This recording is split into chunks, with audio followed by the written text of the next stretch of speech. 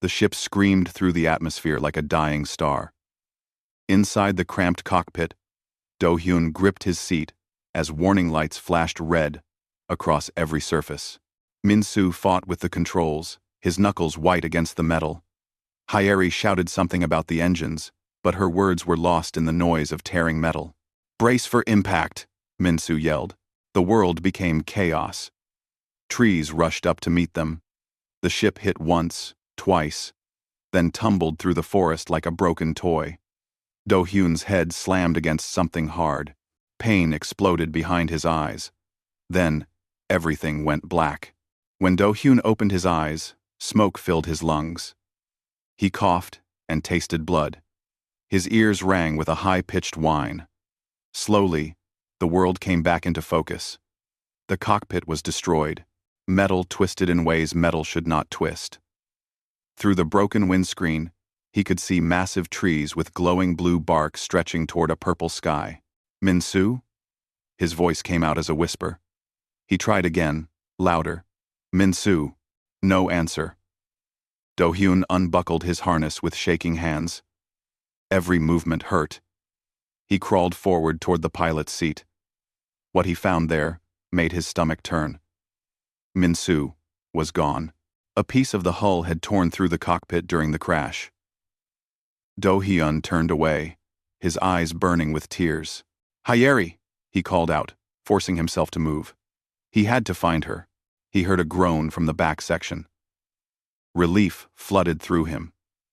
Do-hyun pushed through the wreckage, squeezing past twisted metal and sparking wires. He found Hyeri pinned under a collapsed bulkhead, her leg bent at a wrong angle. She was conscious, but pale with pain. "Do-hyun," she gasped. "My leg. I can't move it."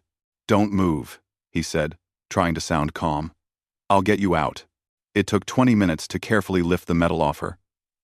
Every second felt like an hour. When she was free, he examined her leg. Definitely broken. Maybe worse. They needed medical supplies. They needed the emergency beacon. They needed help. "I have to go outside," Do-hyun said. "Find supplies from the wreckage." "The beacon." Hyeri grabbed his arm. "Be careful. We don't know what's out there." He nodded and made his way to the emergency hatch. It opened with a hiss. Do-hyun stepped out into an alien world. The forest was beautiful and terrifying. Trees towered hundreds of feet above him, their trunks as wide as houses. Blue light pulsed through their bark like veins carrying glowing blood. Strange birds with 4 wings circled overhead, calling to each other in musical notes. The air smelled sweet and sharp at the same time. Pieces of the ship lay scattered across 100 yards. Do-hyun began searching, gathering what he could. A medical kit, some ration packs, a damaged datapad. He was reaching for the emergency beacon when he heard it. A sound. Small and frightened. Crying. He froze. It came again. A whimper, weak and desperate. Animal instinct screamed at him to ignore it, to grab the beacon and run back to Hyeri. But Do-hyun was a xenobiologist. His whole life had been about understanding alien creatures. He had to look.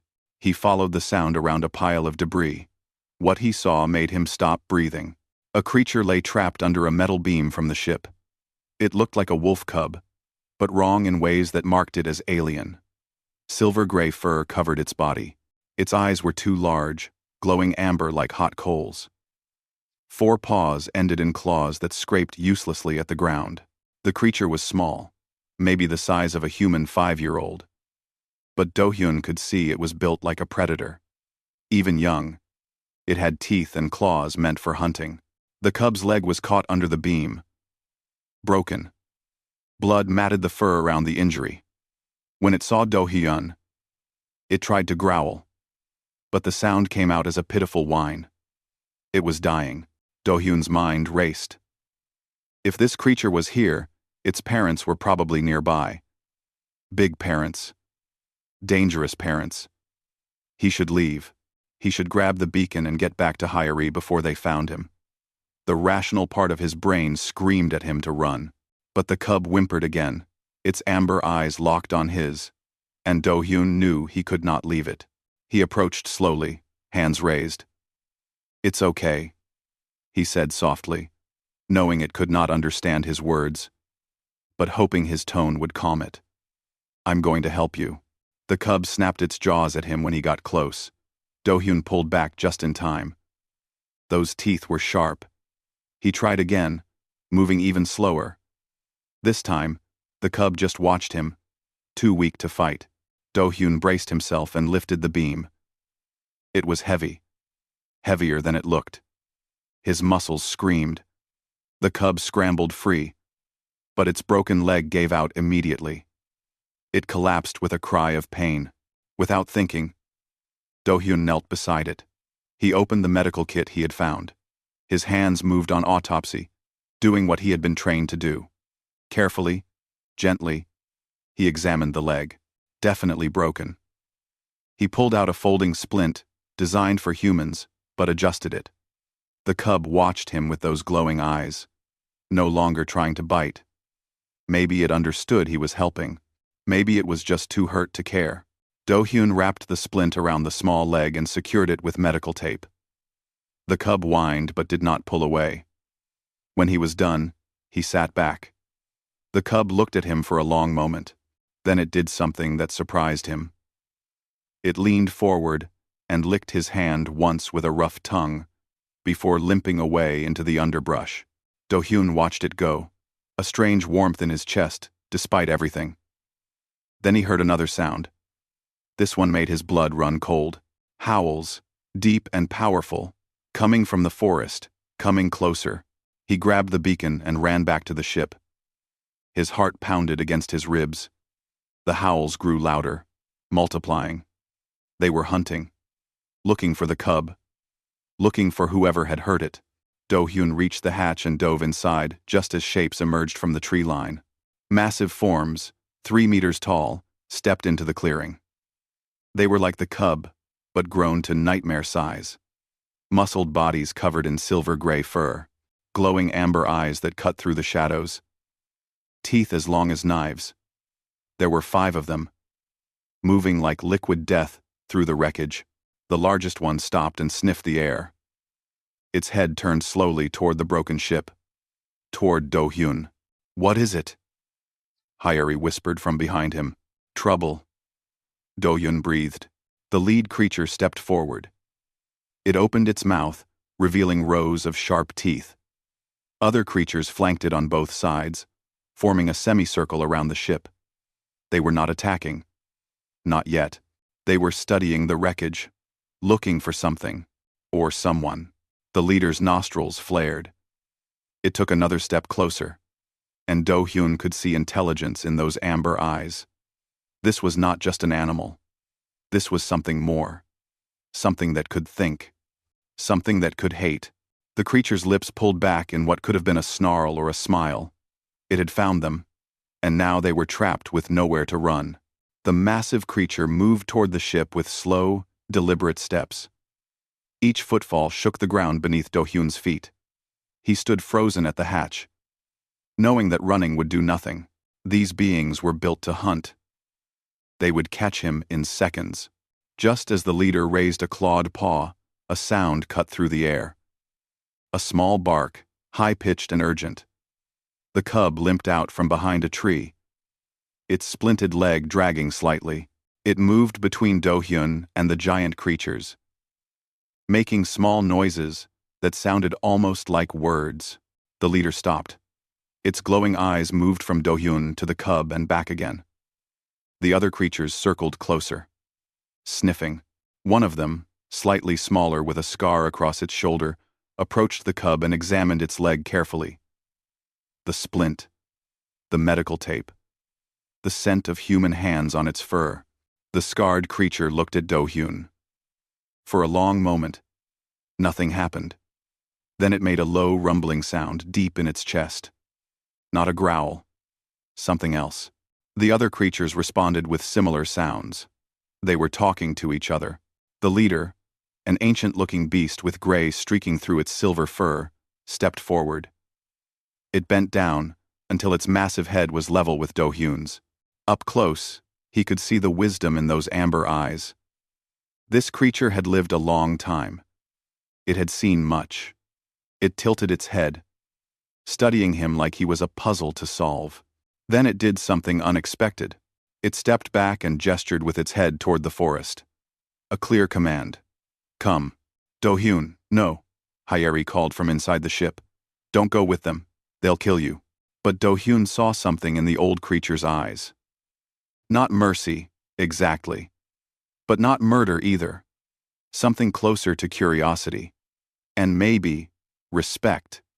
He thought of the cub and its broken leg, of how he had helped when he could have run. These creatures knew. Two of the younger creatures entered the ship. Hyeri screamed, but they moved past her without harm. Instead, they carefully lifted her, broken leg and all, and carried her out as gently as if she were made of glass. She stopped screaming and stared in shock. The old creature turned and walked into the forest. The others followed, with Do-hyun and the two carrying Hyeri bringing up the rear. They had no choice but to go. The forest was different once they left the crash site. The trees grew thicker, their glowing bark casting blue light across everything. Strange plants with spiral leaves grew from the branches. Small creatures with too many eyes watched from the shadows. The group walked for an hour before they reached the settlement. Do-hyun had expected caves or crude shelters.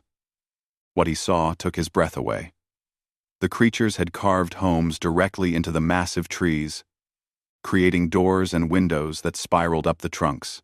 Platforms connected the trees at different heights, forming a village in 3 dimensions. Dozens of the creatures moved about their lives, some carrying food, others tending to young cubs that played in groups. They were not animals. They were people. The old creature led them to the largest tree at the center of the settlement. A crowd gathered to watch. Cubs peeked out from behind adult legs. The two carrying Hyeri brought her inside what looked like a healing room. Soft moss covered the floor, glowing with the same blue light as the trees. They laid her down carefully and stepped back. 3 creatures entered, older ones with patterns of silver in their fur. They moved to Hyeri and examined her leg with careful paws. One pulled out a bowl, filled with glowing paste. Another brought strips of what looked like treated leather. They worked together, setting her broken bone properly and wrapping it with skills that rivaled human doctors. Hyeri's face relaxed as whatever was in the paste took away her pain. Do-hyun watched in amazement. These beings had medicine. They had society. They had culture.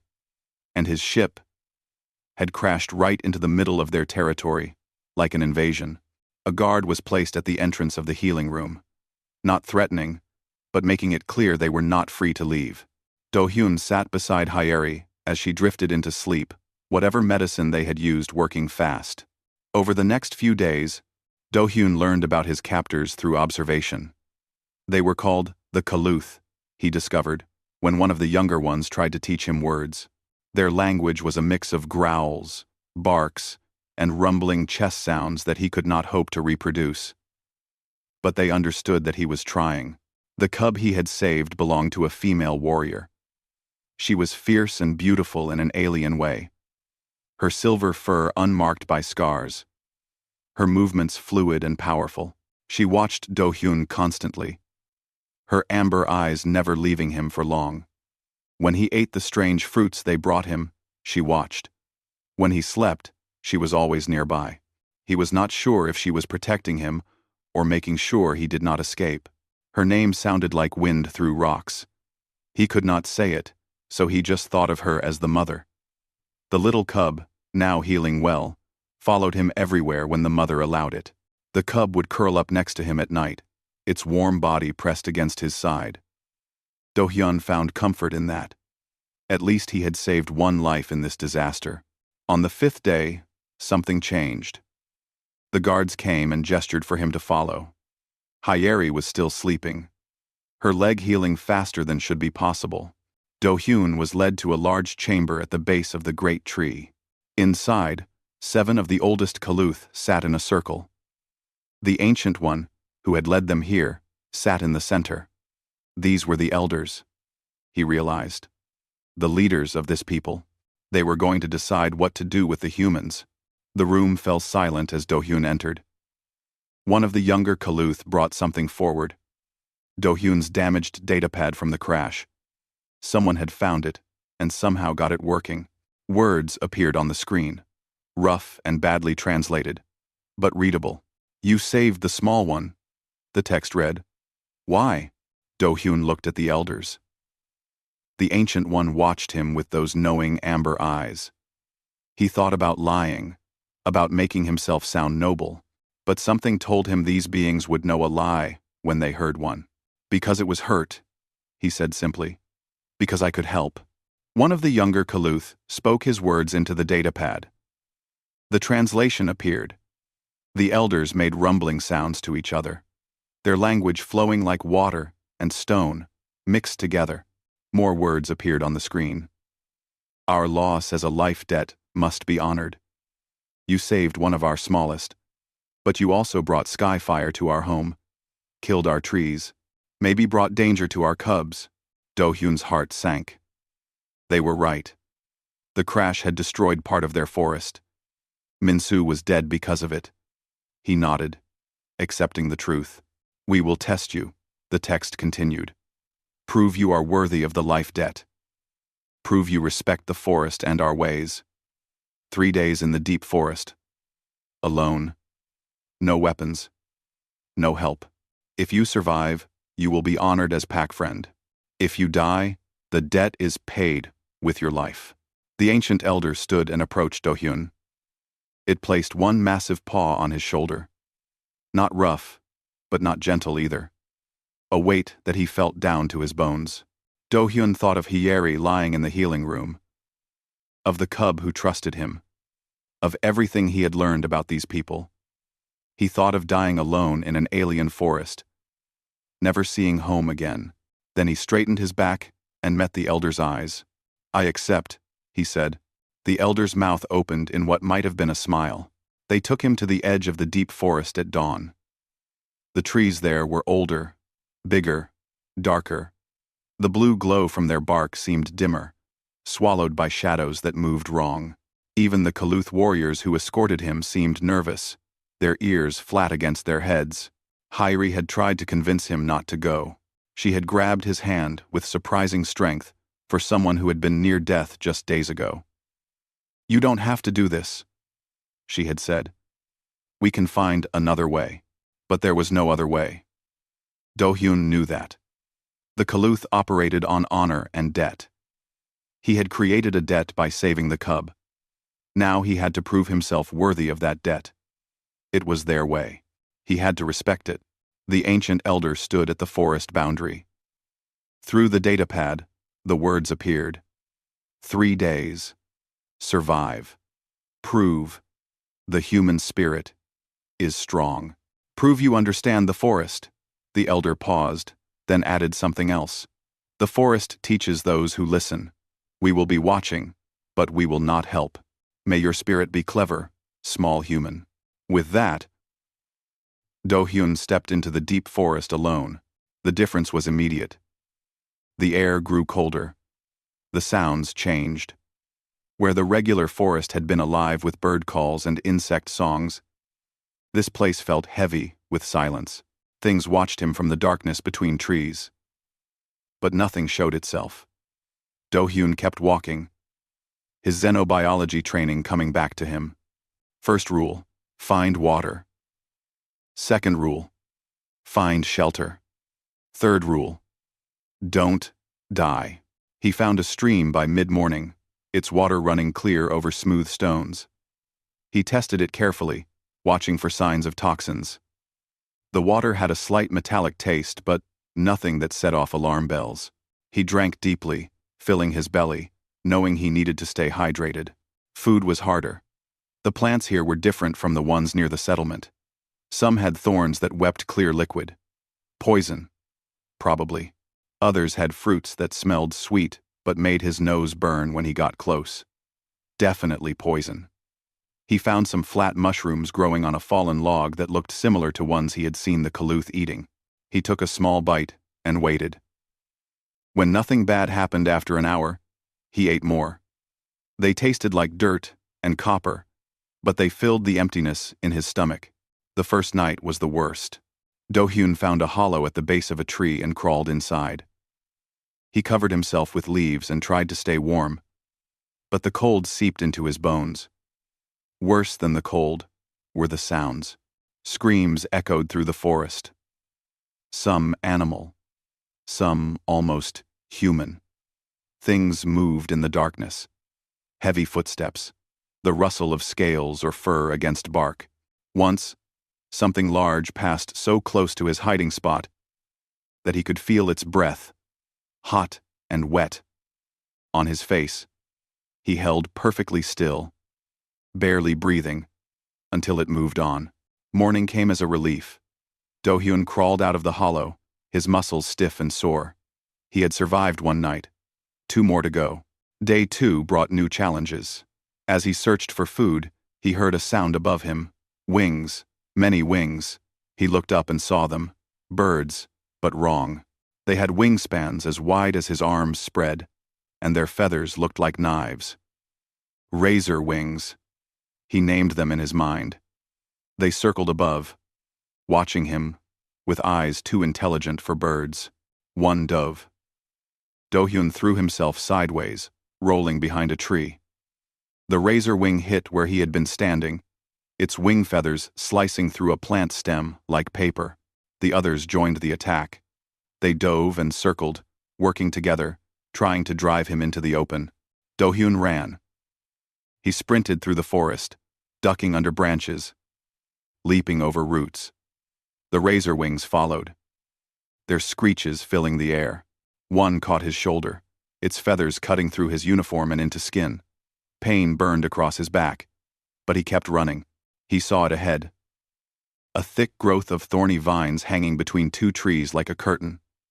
Without thinking, Do-hyun dove through them. The thorns tore at his clothes and skin, but he was through. The razor wings tried to follow. The vines caught them, tangling in their wings. They screamed and thrashed, but the more they fought, the more trapped they became. Do-hyun did not wait to see more. He ran until his lungs burned and his legs gave out. He collapsed near another stream, panting. His shoulder bled badly. He washed it in the cold water, biting back screams as the pain hit. Using strips torn from his uniform, he wrapped the wound as best he could. The bleeding slowed but did not stop completely. He was hurt, weak, and night was coming again. This time he found better shelter. A small cave, half hidden behind fallen rocks. He crawled inside and checked for occupants. Empty. Good. He gathered dry leaves and moss, making a bed at the back of the cave. Then he found some of the flat mushrooms and ate them, forcing himself to keep his strength up.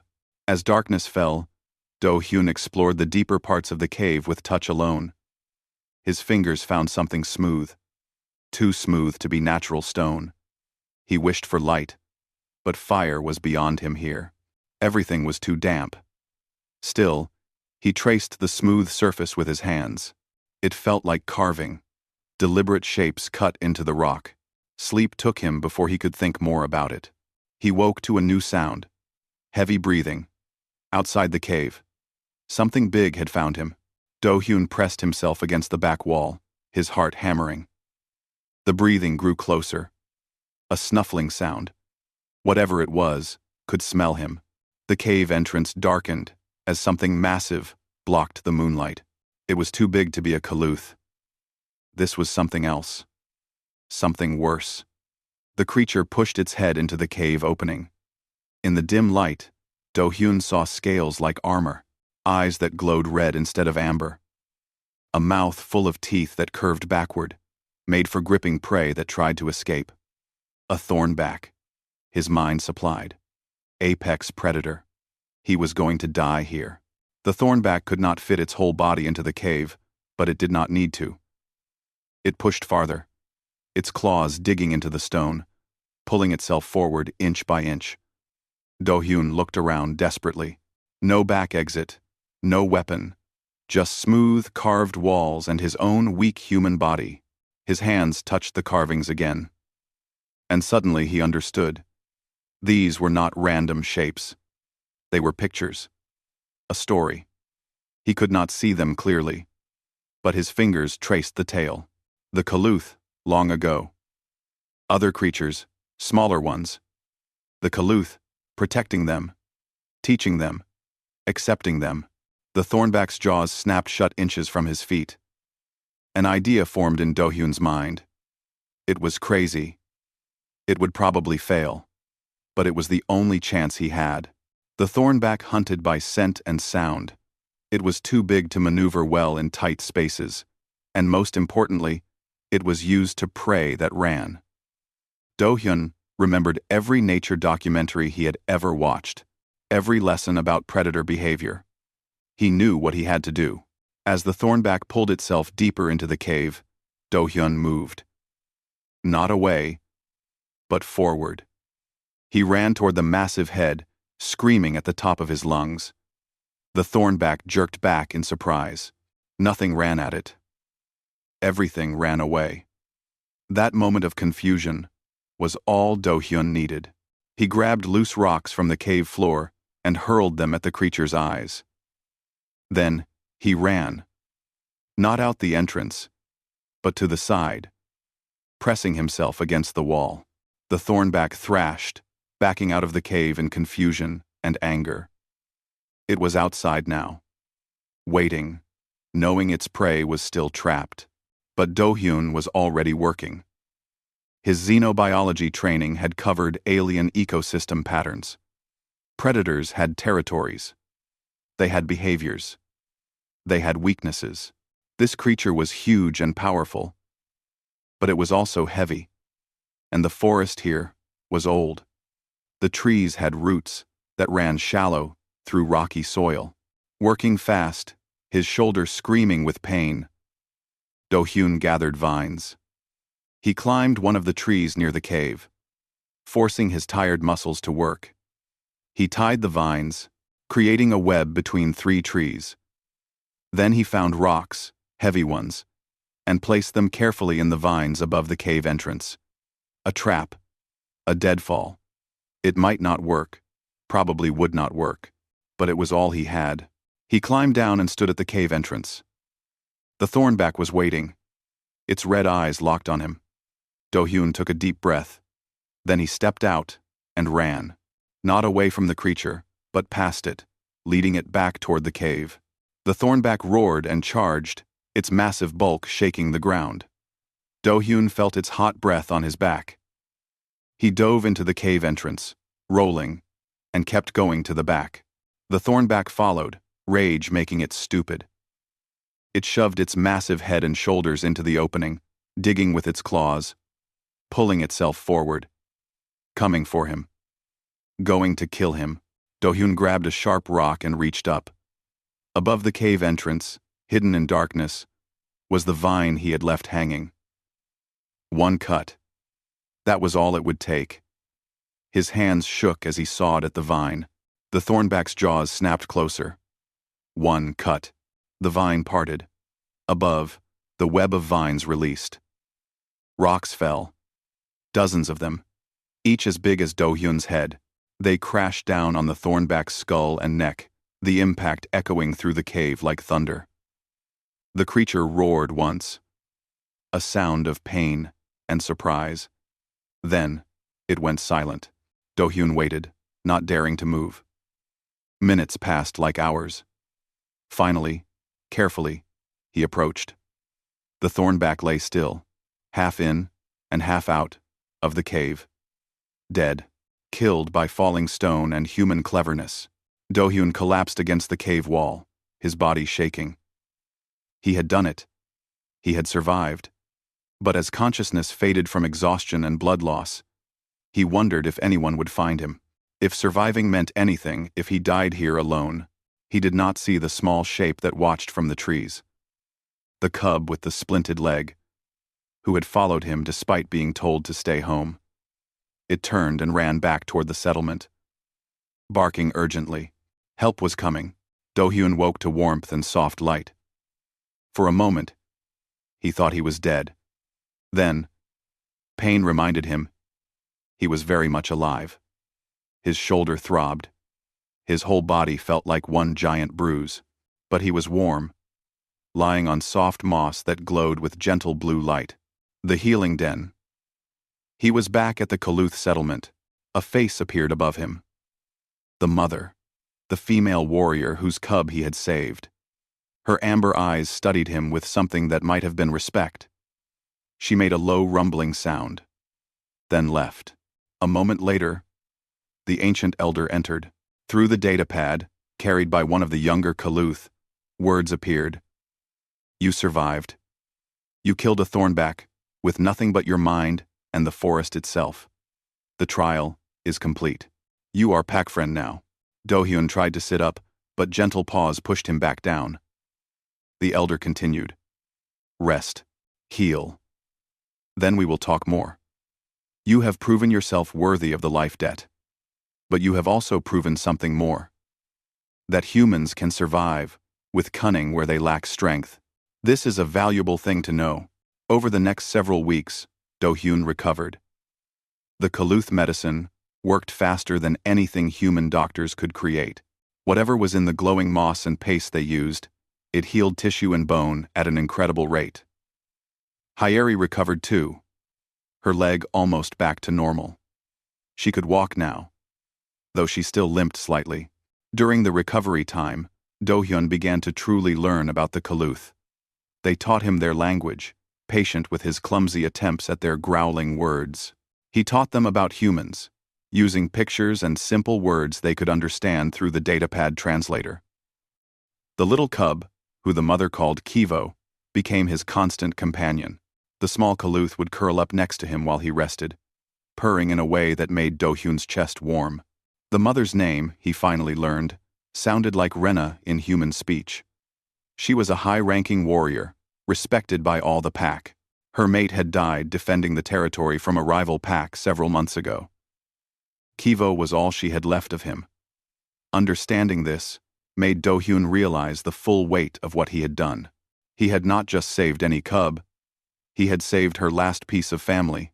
One day, a ship appeared in the sky. Human design. A rescue vessel. Responding to the emergency beacon that the Kaluth had helped activate weeks ago. Relief flooded through Do-hyun. They were saved. They could go home. But when the ship landed at the edge of the settlement, what came out was not just a rescue team. A woman emerged, tall and confident, wearing the uniform of a scientific explorer. She had supplies strapped to her back and a datapad in her hands. Her name was Jiwoo, a botanist who had volunteered for the rescue mission. Do-hyun, she called out. Hyeri, are you here? The Kaluth warriors growled, forming a protective circle around their settlement. They did not know this new human. Did not trust her yet. Do-hyun stepped forward, raising his hands peacefully. It's okay, he said to the warriors. Then to Jiwoo, we're here. We're alive. Come slowly. These are the Kaluth. They saved our lives. Jiwoo's eyes widened as she saw the massive creatures. She breathed. They're fully sentient. This is incredible. She approached slowly, her hands visible, her body language submissive. The Kaluth watched but did not attack. The ancient elder stepped forward, and Do-hyun made introductions as best he could. Over the next few days, Jiwoo documented everything. She recorded the Kaluth language, their society, their medicine. She was amazed by their tree homes and their honor system. She filled 3 datapads with information. The Galactic Council needs to know about them, she said excitedly. They need to be registered as a sentient species. Protected. Do-hyun felt hope growing. If the Kaluth were officially recognized, they would have rights.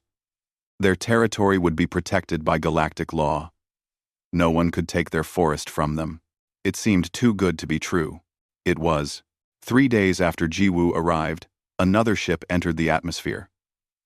This one was bigger, darker, with corporate markings on its hull. The Talon, owned by HexCorp, one of the largest mining corporations in known space. It did not ask permission to land.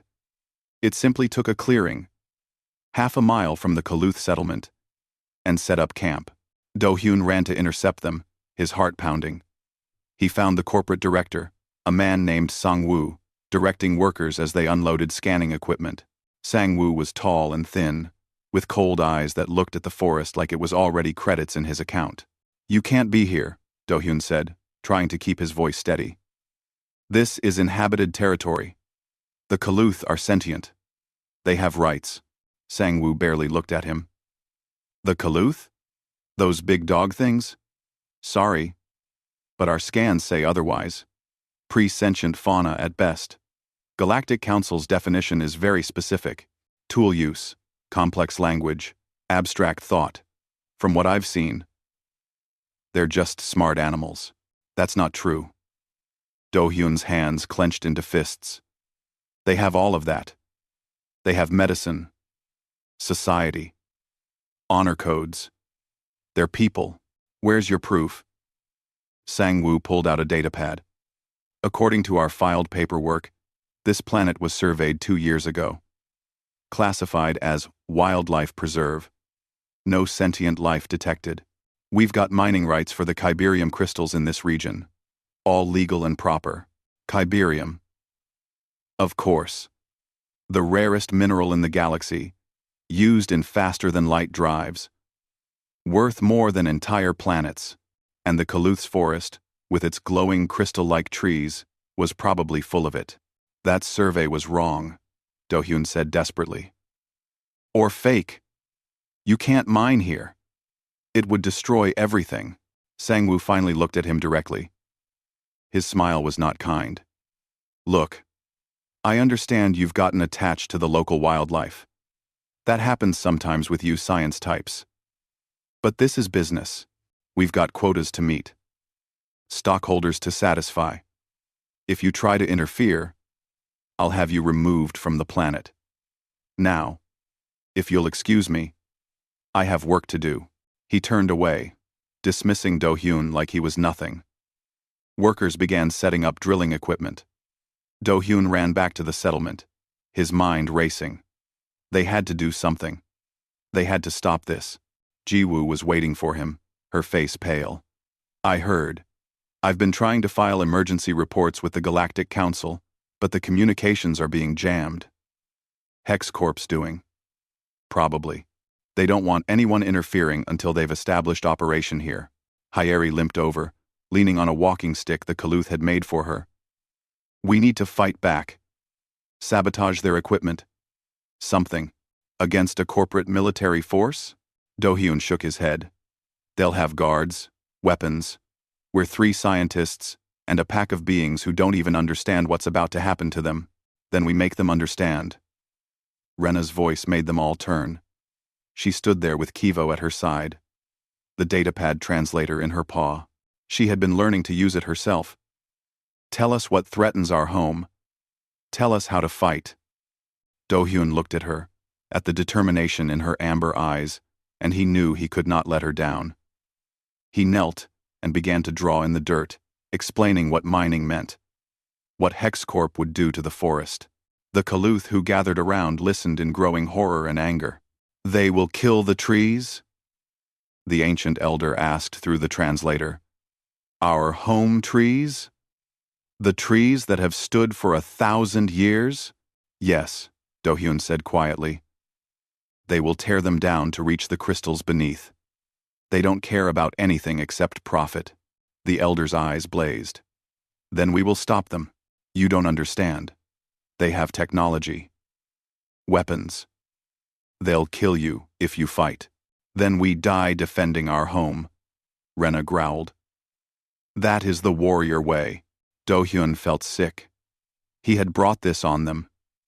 His crash had revealed this world to humanity, and now humanity was going to destroy it. He looked at Kivo, the small cub who trusted him completely, at Rena, who had accepted him as pack, at the elder, who had given him a chance, when death would have been easier. No, he said firmly. We're not dying. We're going to be smarter than them. Humans have technology, but the Kaluth know this forest. Jiwoo can get proof of sentience. Hyeri can help sabotage equipment. We'll combine human knowledge with Kaluth strength. We'll make them see that you're people, that this is your home. And if that doesn't work, he paused, thinking of the thorn back, of how he had survived, not by being stronger, but by being clever, by using everything the forest gave him. If that doesn't work, we'll make it too expensive for them to stay. 3 days later, the sky lit up with fire. HexCorp's drilling drones launched into the air, heading toward the settlement. Their mission was simple: clear the area, remove the wildlife, prepare for mining operations. Sang-woo had given the order with a smile. No more delays, he had said. Time to get to work. The drones flew in formation, their weapons armed. Below them, the Kaluth gathered in the settlement, looking up at death approaching from the sky. But they were not alone. 3 humans stood with them, and together, they were ready to fight. The drones came like metal insects, filling the sky with their buzzing.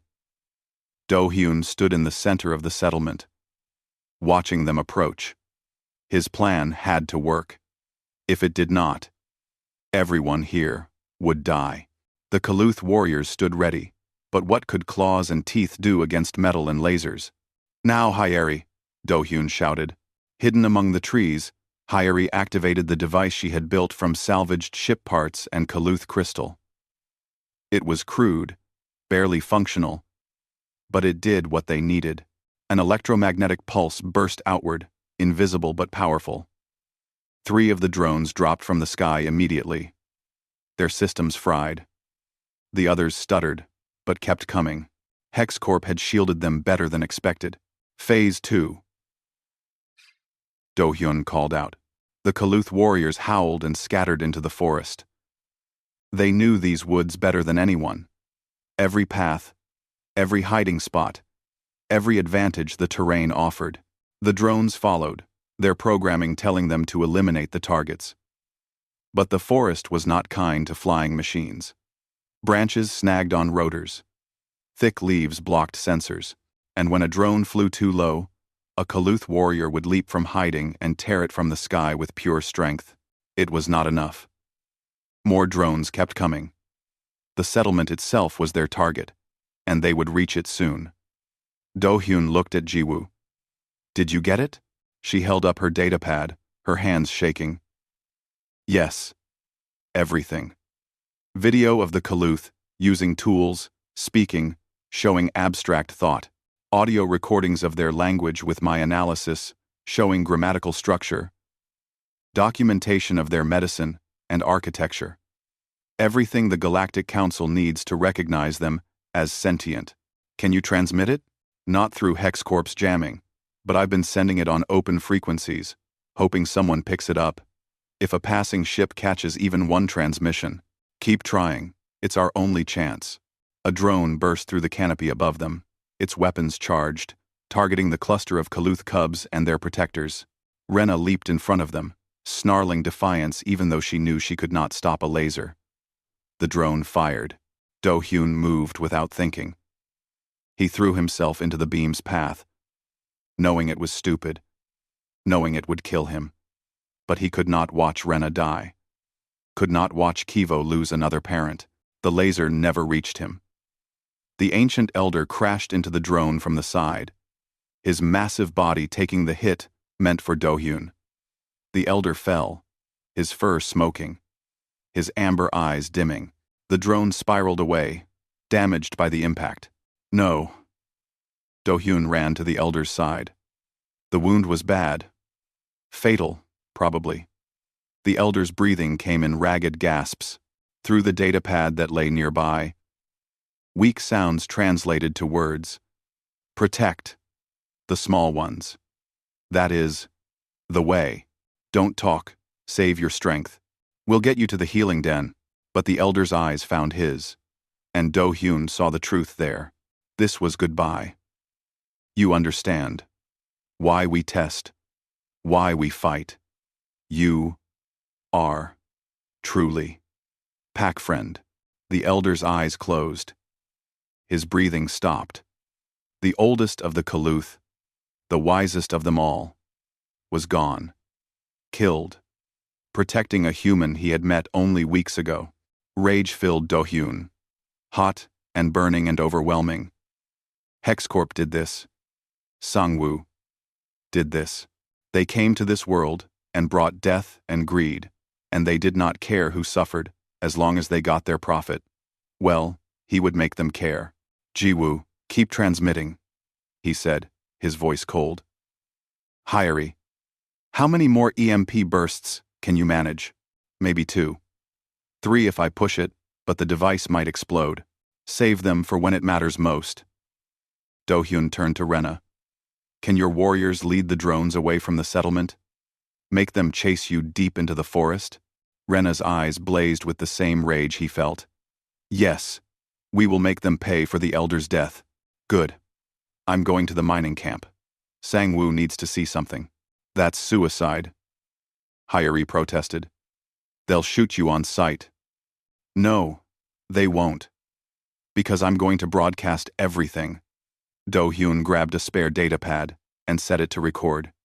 The galaxy needs to see what's happening here. Needs to see HexCorp attacking sentient beings. Needs to see them murdering people for profit. Even if the Galactic Council doesn't get Ji-woo's data, public opinion will force them to act. He started walking toward the mining camp, the datapad held high, recording everything. The smoking ruins, where drones had crashed. The warriors, defending their young, the elder's body lying peaceful in death. He narrated as he walked, his voice steady, despite the fear. This is Do-hyun, xenobiologist, broadcasting on all open channels. What you're seeing is a massacre. The Kaluth are fully sentient beings. They have language, culture, medicine, and society. HexCorp knows this. They don't care. They're exterminating an entire species for Kyberium deposits. He reached the mining camp. Guards raised weapons, but Do-hyun kept walking, kept broadcasting. Stop me, and you prove everything I'm saying. Shoot an unarmed scientist while the galaxy watches. Go ahead. Make yourselves famous. The guards looked uncertain. Sang-woo emerged from the command tent, his face red with anger. Turn that off. You're interfering with corporate operations. You're committing genocide. Do-hyun shouted back. The Kaluth are people. They have rights. They're animals. Clever ones, I'll grant you. But animals, nonetheless. This operation is completely legal. Then why are you jamming communications? Why not let the Galactic Council see what you're doing? Sang-woo's smile was ugly. Because by the time anyone arrives, we'll have extracted what we need and moved on. This planet will be a dead rock, and my stockholders will be very happy. Now, guards, remove this man. The guards moved forward. Do-hyun stood his ground, still recording.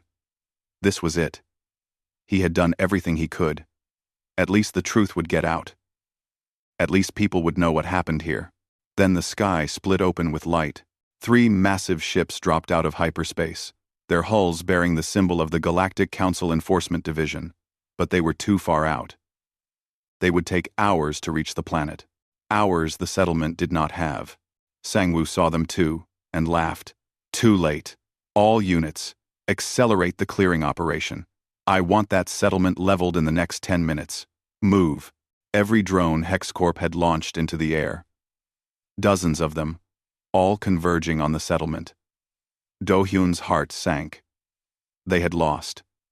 The council ships would arrive to find only bodies and burned trees.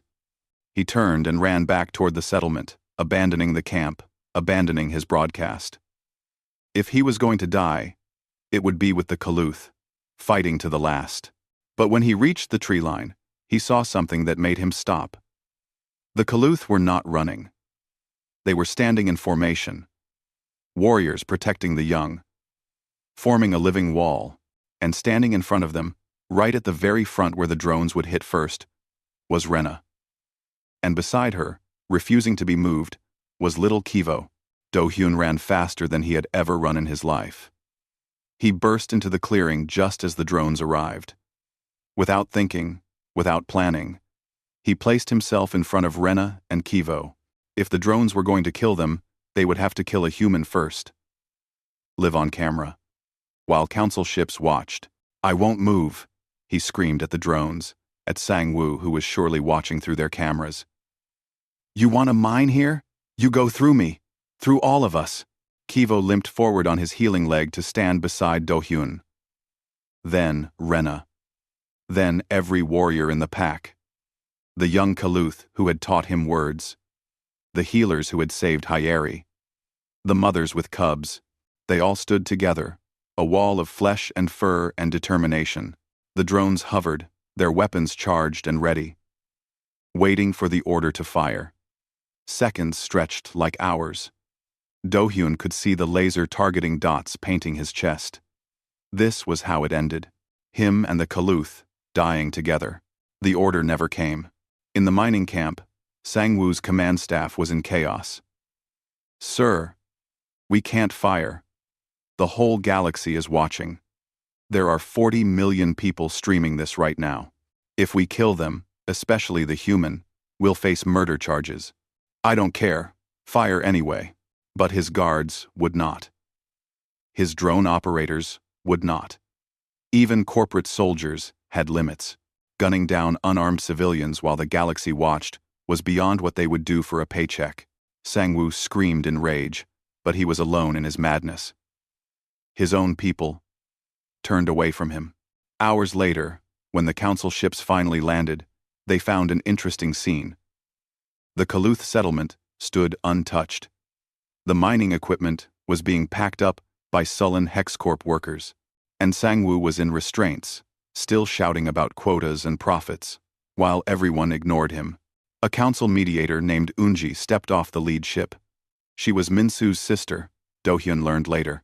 She had been the closest council representative when Ji-woo's transmissions finally broke through the jamming. She had come as fast as she could, but in the end, she had not needed to save anyone. They had saved themselves. "Do-hyun?" she said, approaching him carefully.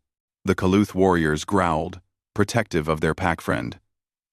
"I'm here to conduct the official evaluation, to determine if the Kaluth qualify for sentient protection status." Do-hyun laughed, the sound edged with hysteria. "I think you'll find they qualify." The evaluation took 3 days. Eunji and her team documented everything. Language, tool use, abstract thought, social structure. The Kaluth passed every test, not because they were trying to impress anyone, but because they were exactly what Do-hyun had said. People. On the 4th day, Eunji made the official declaration. The Kaluth are recognized as a fully sentient species. This planet, Varenth, is declared their sovereign territory. All mining claims are void. HexCorp will face penalties for their actions, and Director Sang-woo will stand trial for attempted genocide. Cheers went up from the human scientists. The Kaluth made their rumbling sounds of approval. It was over. They had won. That evening, as the twin suns set over the forest, the Kaluth held a ceremony. The entire pack gathered under the great trees, their home trees, that still stood tall and alive. They mourned the elder who had died. They celebrated the humans who had fought beside them. And they prepared to honor a debt. The remaining elders approached Do-hyun. 6 of them now, old and wise and powerful. They formed a circle around him. Do-hyun knelt, expecting words of thanks, maybe a symbolic gift. He got something more. The first elder approached and lowered its massive head, pressing its forehead to Do-hyun's. The gesture of ultimate respect among the Kaluth. An acknowledgement of equals, of family. Then the second elder did the same. And the third. One by one, every elder in the pack bowed their heads to him. Warriors who had lived for decades, who had fought and survived, and led their people through countless challenges. They bowed to a human who had crashed into their world and changed everything. Rena spoke through the translator, her voice thick with emotion. You saved the smallest when you could have run. You fought beside us when you could have left. You proved that honor and courage are not bound by species. We name you Kith Saver, protector of the small. You are Pack. You are family. You are Kaluth. Kivo climbed into his lap, purring, trusting completely. Do-hyun wrapped his arms around the cub and let the tears come. He had lost Minsu, nearly lost Hyeri, almost died a dozen times, but he had found something he never expected. A family that spanned species. A home among the stars. Jiwoo approached and sat beside him. So, what now? Council is offering you a position as official liaison to the Kaluth. Someone needs to help them navigate galactic politics. I'll take it, Do-hyun said without hesitation. I'm not leaving them. This is where I belong. Hyeri limped over and ruffled his hair. Figured you'd say that. Guess I'll stick around too. Someone needs to help build proper communication equipment. Can't rely on busted datapads forever. As the stars came out above the forest, Do-hyun looked around at the beings who had become his family. The Kaluth, who had tested him and found him worthy. The humans who had fought beside him. The small cub who had started it all by trusting a stranger. He came to their world as an explorer. He became something more. A bridge between species. A protector of those who needed protection. A friend to those who valued honor above all else. And when the elders had bowed their heads in respect, they had not just honored him. They had honored what humanity could be at its best.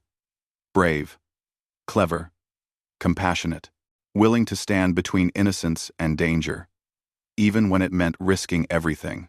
The smallest act of kindness had changed everything. One broken cub, one moment of choice,